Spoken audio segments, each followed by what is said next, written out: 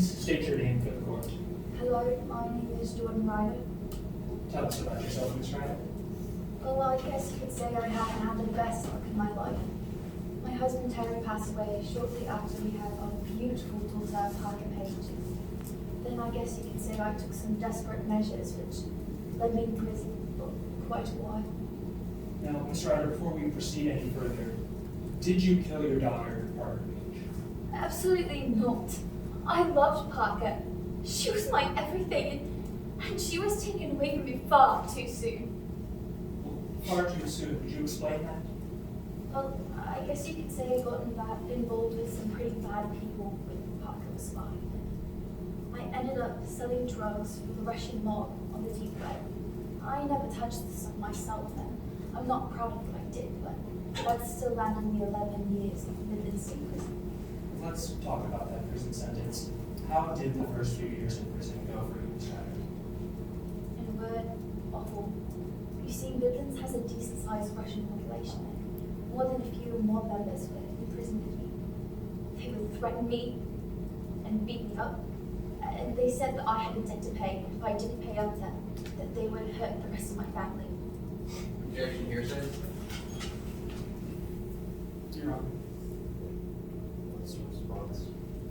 Your Honor, this statement by the people in the prison is not being offered for the truth of the matter asserted, but rather the effect on the listener, in this case, Ms. Jordan Ryder, and the action she took subsequent to hearing these words. I'm going to sustain the objection only as to form. The substance of it is okay. Maybe you can ask it in a different way. Yes, Your Honor. Ms. Ryder, if anything, what did these people in prison seem to want? I knew that they wanted the money, and they would do anything they could to hurt me, if that's what it meant. Moving on to the end of your prison sentence, what happened in those last few years? Well, a few of the mob members were released, but they never completely went away. I knew I had to get out of there, so I took anger management courses, I was going to therapy. I was doing so well, and eventually I ended up getting released early on June 1st, 2018. Upon being released in prison, what was the first thing you did, Ms. Ryder? I gave Parker a humongous hug. I had missed her so much, and I just couldn't wait for all the adventures we would have. And overall, how were those first few weeks out of jail? They were amazing. I had been in prison for longer than I had been out for Parker's life, and it was just a great feeling to be back with my daughter again. But it was also great because someone else was released from prison as well. Someone else? What do you mean by that? Well, while I was in prison, I ended up meeting this wonderful woman named Linda. She reminded me so much of my husband Terry because she was just so caring. I guess you could say we eloped in prison. Things went so well, we ended up adding another member to our family, little Susie. Once I got released, I knew that I had to get Parker out of that drunkard Corbin's house, and we would live together, just the 4 of us. I'd like to take you to the date of July 13th, 2018. Can you tell us what happened that day, Ms. Ryder?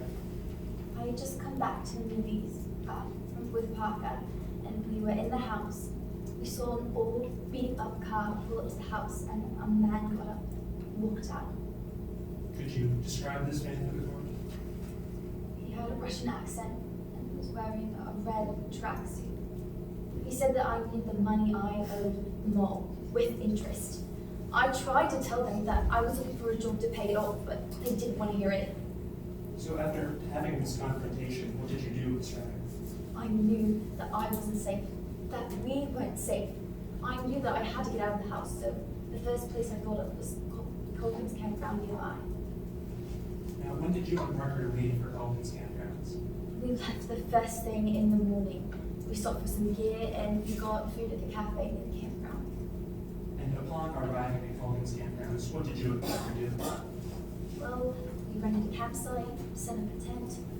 I think Parker seemed to enjoy it. Honestly, I did too. And it kind of made me forget that the Russians were after us. But after that, it was a beautiful day, and I wanted to see Parker thrive outdoors, so we went on a hike on the Lebanon Loop. How did this hike go? Everything was fine, but Parker didn't seem to enjoy the nature as much as I thought she would.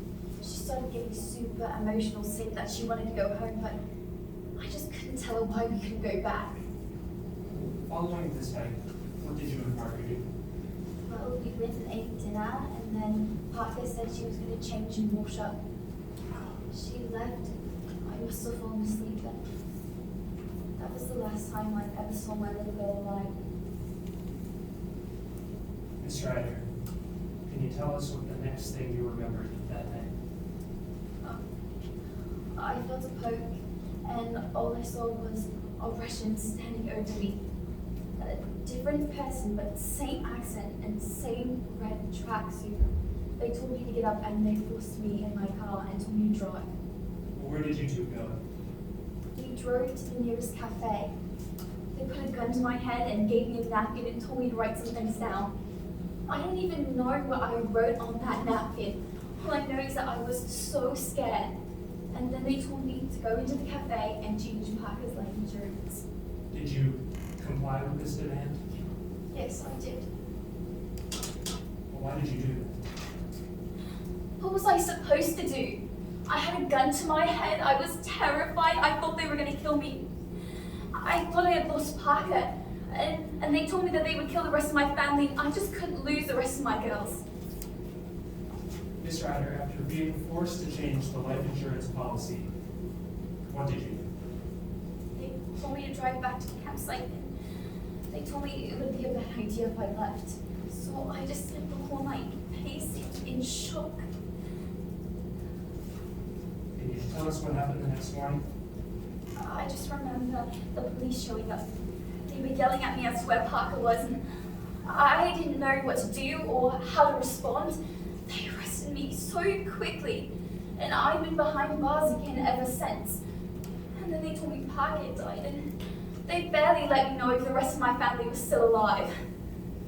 Miss Ryder, why are we only hearing this story now? They made it known that if I spoke out about what happened, that they would kill me and the rest of my family. And I just couldn't let that happen, but a few weeks ago I saw on the news that there was a raid on the Russian war I used to work for. They can't try and hurt me and my family anymore, so I knew that now was the time to speak out and say what really happened to Parker. And why should we believe you today? After everything that's happened and everything I've done, I've only done it to protect the people I love. You have to believe me. The Midlands PD is trying to pin this all on me, but they're telling you the wrong story. Thank you, Miss Ryder. At this time, we have no